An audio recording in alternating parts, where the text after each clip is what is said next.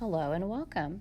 In this video, we are going to learn how to write the equation of a quadratic, whether we're given a point in the vertex, whether we're given some intercepts, some x-intercepts, or if we are given 3 points. So we're going to learn how to write a quadratic equation given a variety of different information.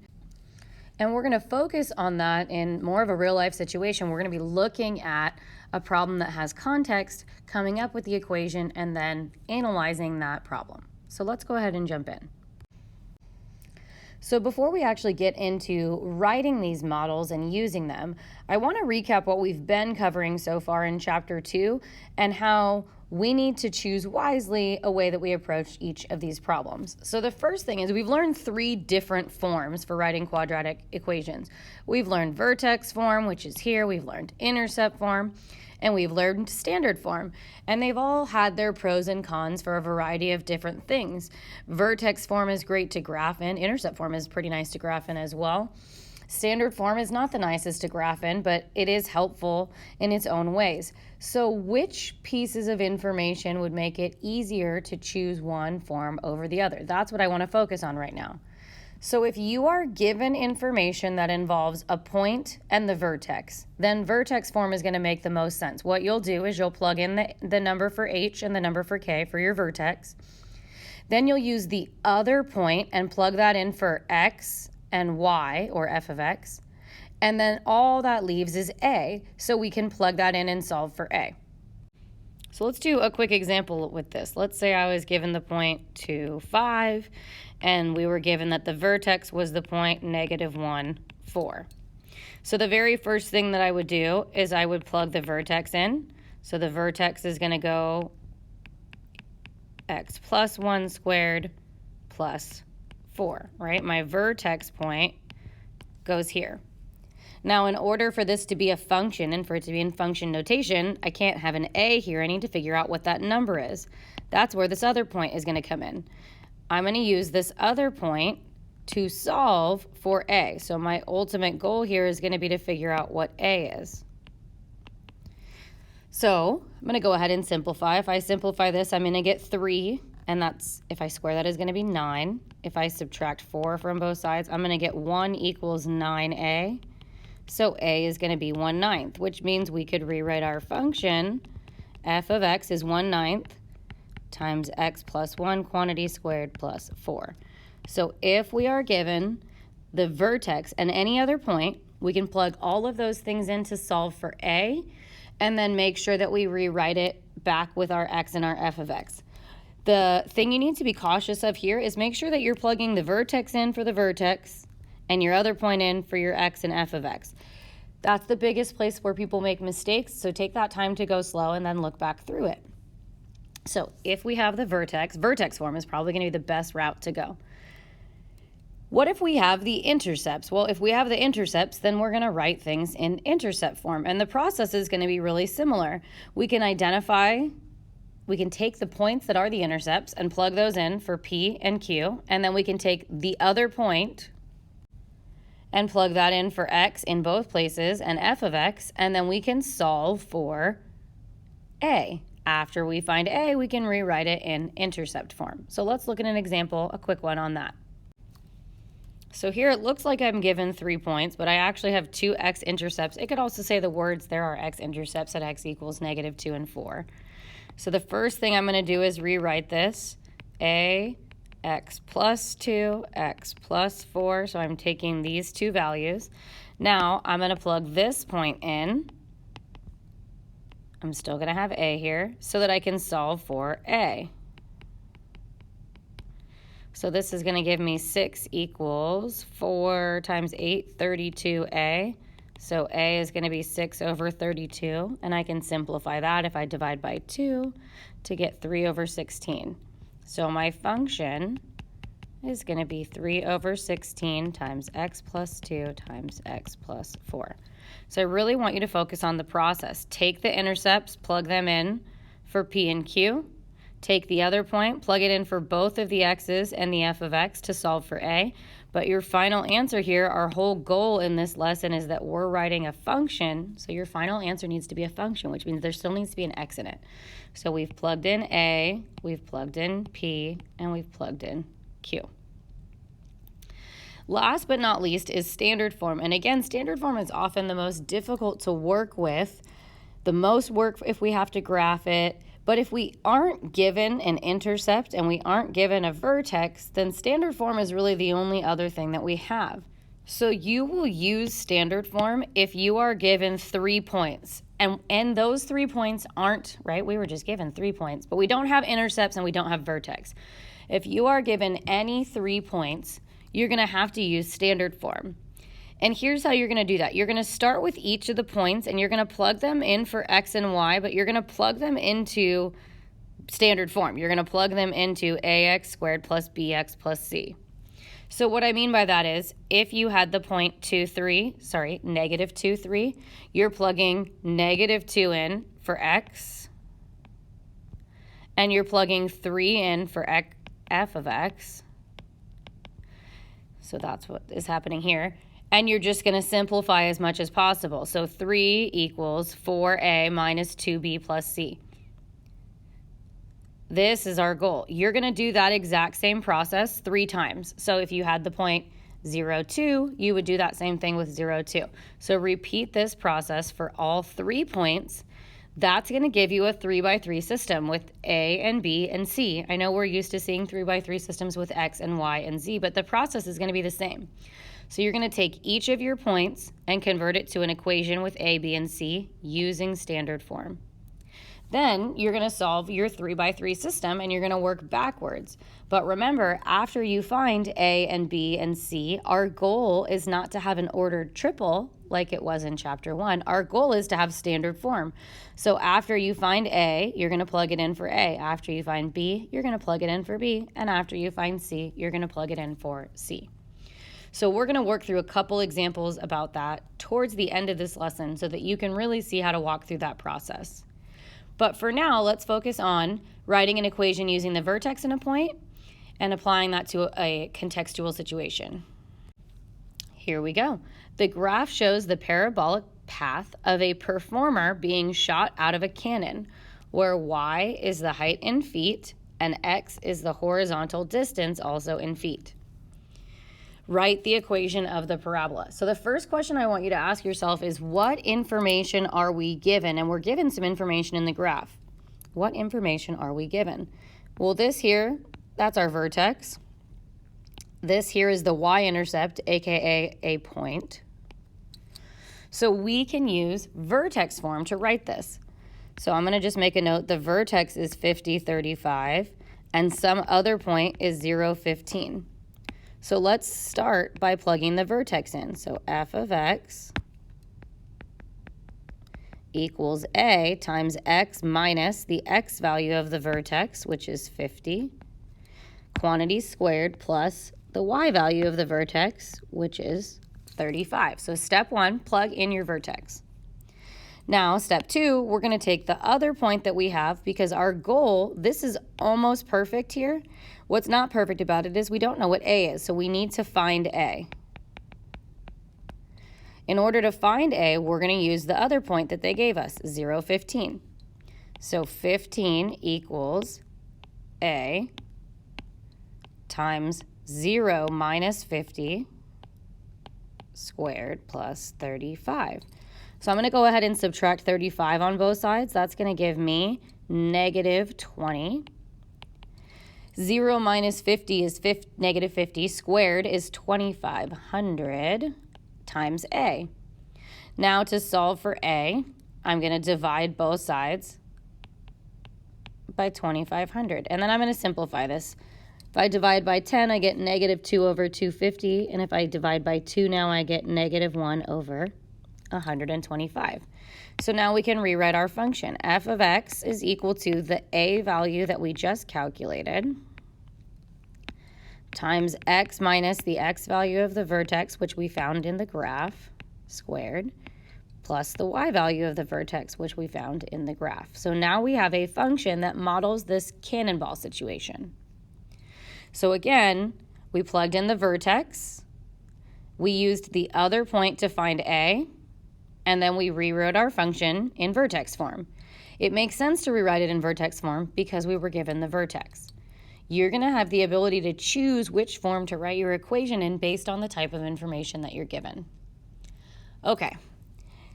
Part B says the performer lands in a net that is 90 feet from the cannon. So 90 feet away, it looks like we're talking about this point right here. What is the height of the net? So what are we being asked here? We're being asked, first of all, what is 90? The performer lands in a net that's 90 feet away. 90 feet away would be x. So we're being told that x is 90, and we're being asked to find the height, which is asking us about y. So given x equals 90, we're being asked, can you figure out what y is? Well, sure, we have this great model that we just came up with, -1/125. All we have to do now is plug in the value that they're giving us, which is 90. So this is going to give me -125 times 90 minus 50 is 40. 40 squared is 1,600 plus 35. 1,600 over 125, that's going to give me, well, I know they're both divisible by 5, so I'm going to divide both of these numbers by 5. 125 divided by 5 is 25. And then 1,600, it's okay if you have to do this the old school way. 5 goes into 16 3 times. This is going to be 320.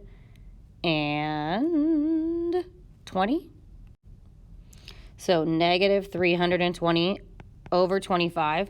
And then in order for me to combine these two things, I'm going to need a common denominator. So I actually need to multiply 35 by 25. So I'm just going to go off to the side and do that multiplication. 35 times 25. That's going to give me 875. So plus 875 over 25. You should be able to do this common denominator work. No one is expecting that it's super fast, but you might see a problem like this. We live in a world full of fractions and decimals, and you might be asked to do something like this. So if I do this subtraction here, 875 minus 320 is going to give me 111 over 5, and our units here are feet. So we're always going to answer the word problem question in a complete sentence. The height of the net is 111 over 5 feet. You could, if you were working through this problem on homework, practice putting it into a calculator. That should give you 22.2 feet. But again, on the assessment for this chapter, you're not going to have a calculator. I want you to practice working with the fractions. So let's look at another example. All right, the graph shown represents a skier going down a ski run and hoping to launch through a hoop. The y-axis is the height traveled, and the x-axis represents the horizontal distance. And both of these are in feet, and I'm just going to label my axes here.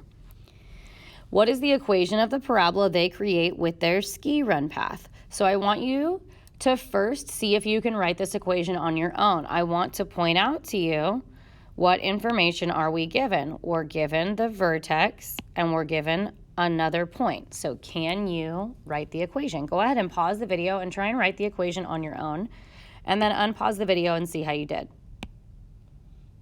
All right, hopefully you had time to work through this. So the first thing that I'm going to do is I'm going to plug in my vertex, and my vertex is the point 30 and 5. So I'm plugging that into H and K. The next thing I'm going to do is plug in the other ordered pair that they gave me so that I can solve for A. So the other ordered pair they gave me is 32, 0. So A times 0 minus 30 squared plus 5. I'm going to subtract 5 from both sides, so that's going to give me 27. 30 squared is 900. So A is going to be 27 over 900. And I'm going to simplify that. Those are definitely both divisible by 9. If I divide 27 by 9, I get 3. If I divide 900 by 9, I get 100. So now I can rewrite my function. F of x is 3 over 100 times x minus 30 squared plus 5. Part B says if there is a hoop they hope to go through that is 50 feet away, so this is talking about x, from their starting point, how high, it's asking us to find y, how high will it need to be? So I'm going to encourage you to pause the video again and see if you can work through this example on your own. All right, hopefully you had time to pause the video. All I'm really doing is plugging 50 into the function that I created in part A. So this is going to be 3 over 100 times 400 plus 5.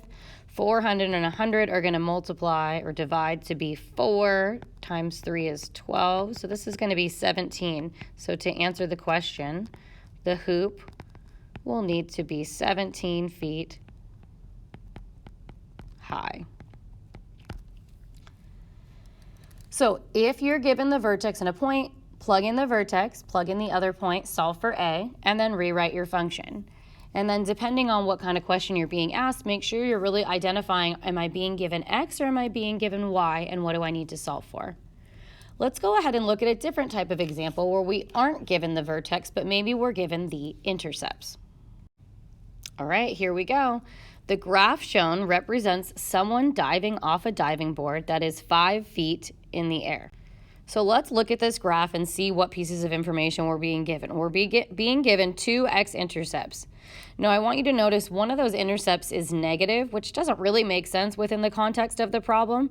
But remember that the diver is starting here at this other point and diving up and then coming back down.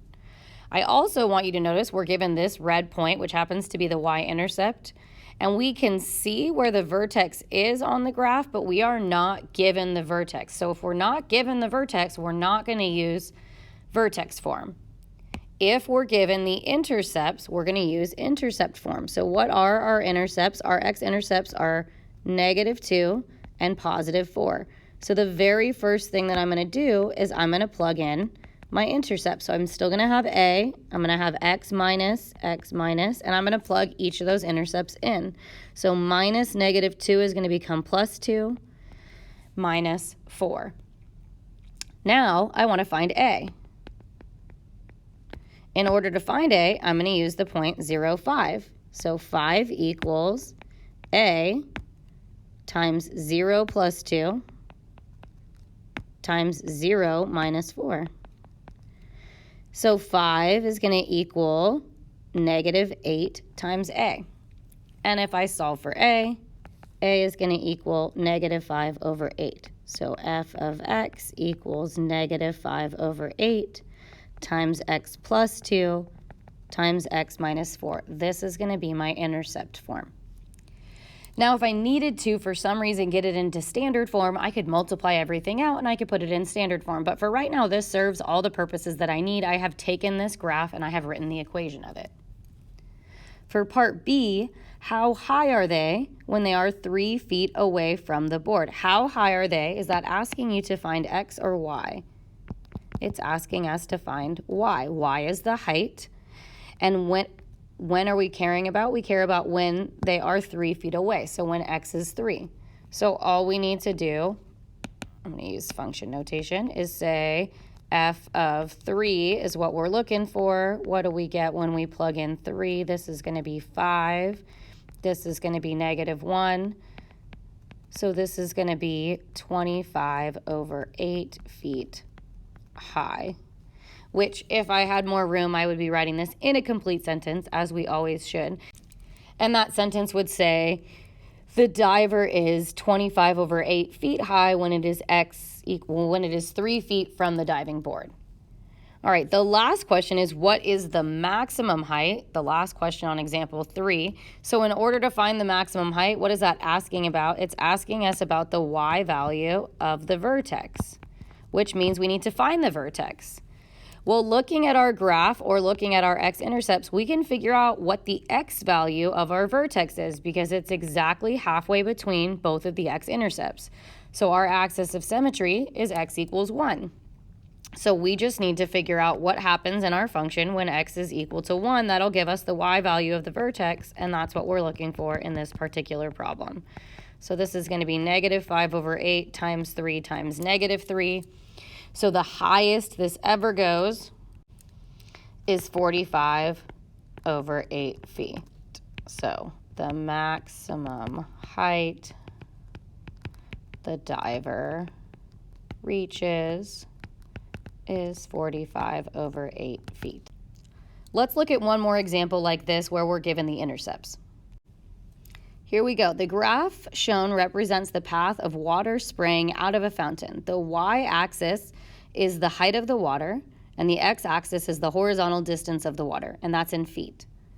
What is the equation of the parabola created by the water? So I want you to notice the things that we are given.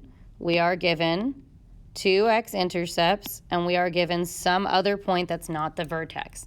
That's why we're going to use intercept form. So I'm going to encourage you to pause the video and find the equation in intercept form. Then unpause the video and see how you did. So here we have our intercept. So I'm going to write f of x equals a times x plus 1 times x minus 7, plugging in those intercepts. Then I'm going to plug in the other point that we were given, 3 equals, I'm going to plug it in for all of my x's. This is going to give me 3 equals 3 times -5, -15a, which means that a is going to be -3/15, which is -1/5. So my function is going to be -1/5 times x plus 1 times x minus 7. Now I want you to see if you can answer questions B and C on your own, and then unpause the video to see how you did. How tall is the water fountain? That's asking us about the y-intercept. That's asking us, and we can see that in our picture, to figure out what the y-intercept is. How do we find the y-intercept? We let x equal 0. So f of 0 is going to be -1/5 times 1 times -7. So the fountain is 7/5 feet tall. And then part C, how high will the water be at its maximum height? That's asking us for the y value of the vertex. So let's identify what the x value of the vertex is, or what the axis of symmetry is. We're looking to be halfway between -1 and 7, and on my graph, it looks like that's going to be at x equals 3. Remember, if you can't tell from your graph, you can also do this mathematically just by finding the average of your 2 intercepts. So add them together and divide by 2. That's going to give you 3. So now I need to plug 3 in. That's going to give me -1/5 times 4 times -4. So this is going to give me 16/5. So the max height of the water will be 16/5 feet. And there we have it. So we've done 2 problems where we were given the vertex and a point. We've done 2 problems where we were given x-intercepts. And we're going to wrap up this video doing 2 problems where we are actually just given some ordered pairs or some pieces of information and being asked to write the equation of a parabola. So I'm actually going to go out of order. Number 5 is a word problem, but I want to practice this process one time without words just so that we can work through and get used to what we are seeing here. So we are given 3 points. They are not x-intercepts, and we do not know if any of them are the vertex. It's not specifying that. So what we need to do is take each individual point and create an equation with a, b, and c. So we are going to be looking at ax squared plus bx plus c equals y. So I'm going to take this point first. So with the point -1, 4. I'm plugging -1 in for x and 4 in for y. So I'm going to get 4 equals a times -1 squared plus b times -1 plus c. And if I simplify this, I get 4 equals a minus b plus c. And I'm going to call this equation 1. I'm going to do exactly the same thing with the second point. So my x's are going to be 1, my y's are going to be, my x's are going to be 0, my y's are going to be 1. So 1 equals a times 0 squared plus b times 0 plus c. This one actually works really nicely. With all those zeros, I'm going to know that c is 1. And I'm going to actually go back up to my first equation, and I'm going to plug that in.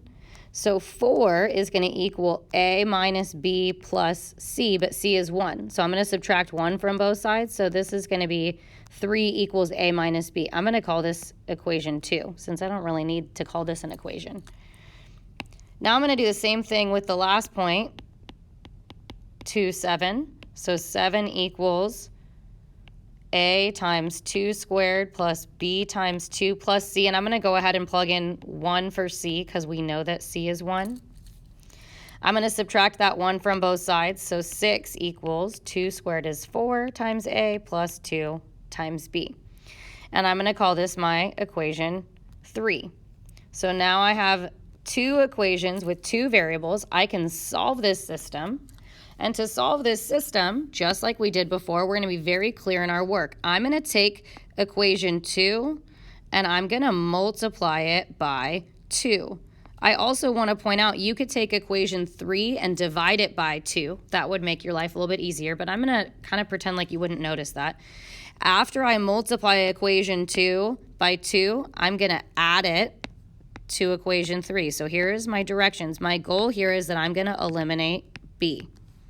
So 2 times equation 3 is going to be 6 equals 2 times a minus 2 times b. So I'm taking this equation and doubling everything. 6, 2, 2. Then I'm going to rewrite equation 3 right underneath. 6 equals 4a plus 2b. And I'm going to add them together, and that's going to eliminate b. And that tells me that a is going to be 2.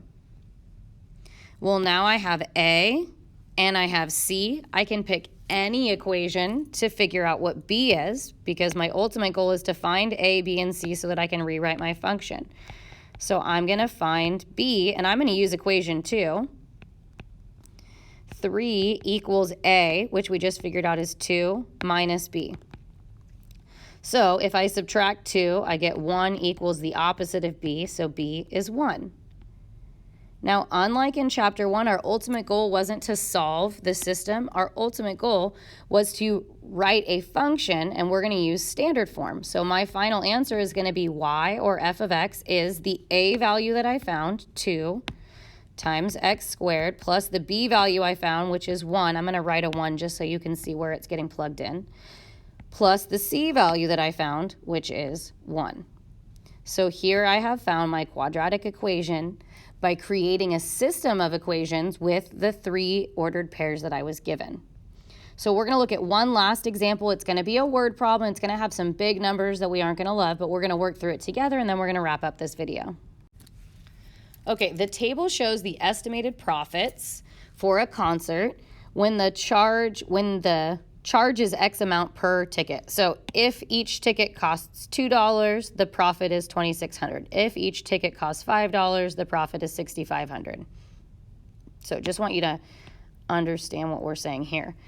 Verify that the data represents a quadratic, and then write an equation to represent the data set. What should the charge per ticket be to maximize the profit? So there's a bunch of things happening here. The first thing that's happening is they're telling us to actually verify that this is a quadratic. There's a couple ways you could do this. You could plot the points and show that it's making that shape. But in Algebra 1, we learned to analyze the way that our x's are changing and the ways that our y's are changing. So all of our x's are changing by adding 3. If something is linear, that would mean that our y's are changing, or our outputs are changing by the exact same number.